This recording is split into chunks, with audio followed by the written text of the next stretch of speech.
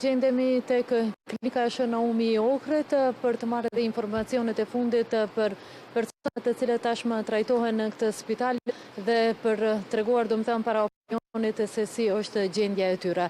Kemi biseduar përmes telefonit me drejtorin e këtij spitali, i cili për momentin ishte i zënë dhe nuk arriti që të japë deklaratë për televizionin Alsat, mirë po na tregoi domethënë në detaje se si është gjendja shëndetësore e atyre të cilët tashmë kanë ngelur në këtë spital dhe po marrin trajtimin e duhur. Sipas informacioneve të drejtorit, pranë në këtë spital për momentin kanë mbetur për trajtim të mëtutjeshëm 18 persona, ndërkohë 11 të tjerë janë larguar, pra janë transportuar për shërim të mëtejmë në shtetet e fqinje, po ashtu edhe në disa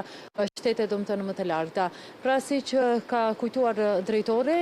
grupi i parë i pacientëve të cilët janë larguar tashmë po trajtohen në Sofje të Bullgarisë, grupi i dytë në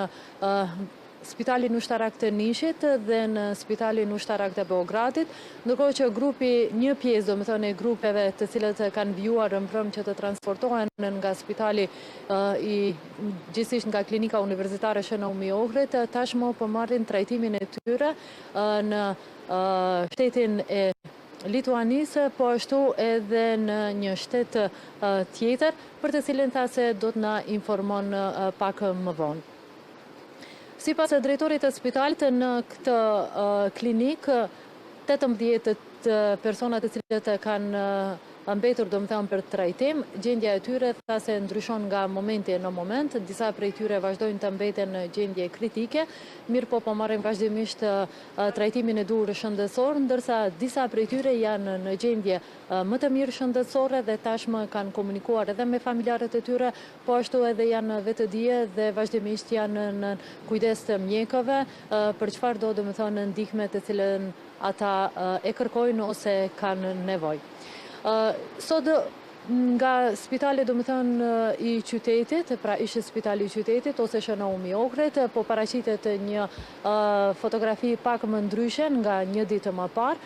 Familjarët të cilët kanë ngelur këtu, sigurisht që janë në numër pak më të vogël, mirë po për shkak edhe të motit të ndryshueshëm, pra të motit të me shi, të gjithë familjarët për momentin janë futur brenda klinikës, me disa prej tyre arritëm domethënë që të bisedojmë, por fatkeqësisht edhe sot nuk pranuan që të japin deklarata para kamerës së Alsat për të treguar se në çfarë gjendje janë të afërmit e tyre. Mirë po na treguan shkurtimisht se i kanë vizituar, kanë kontaktuar domethënë dhe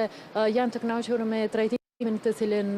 familjarët e tyre po e marrin vazhdimisht nga të gjithë punonjësit shëndetësor në klinikën Shënoumi i Ohrit. Deri në këto momente,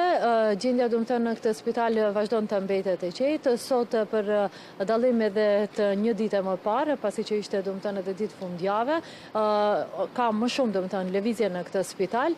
Kur them domethënë ka më shumë lëvizje, kam fjalën edhe për kontrollet e tjera shëndetësore, të cilët qytetarët e tjerë domethënë i kanë vazhdojnë domethënë të marrin në këtë spital ose terminet të cilët ata i kanë pas për ditën e sotme, domethënë puna nuk është ndërprer, vazhdon sikurse që ka qenë planifikuar, pavarësisht domethënë personave, gjithsesi 18 personave të cilët janë të shtrirë dhe që pësuan në lëndimin nga tragjedia në Koshan, pra ku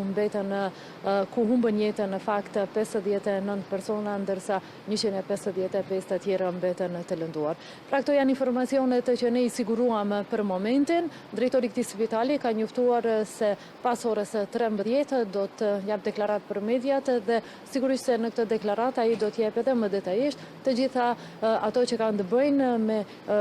gjendjen shëndetësore të personave të cilët tashmë për momentin pra po marrin trajtimin e duhur në këtë spital dhe numri i tyre është 18.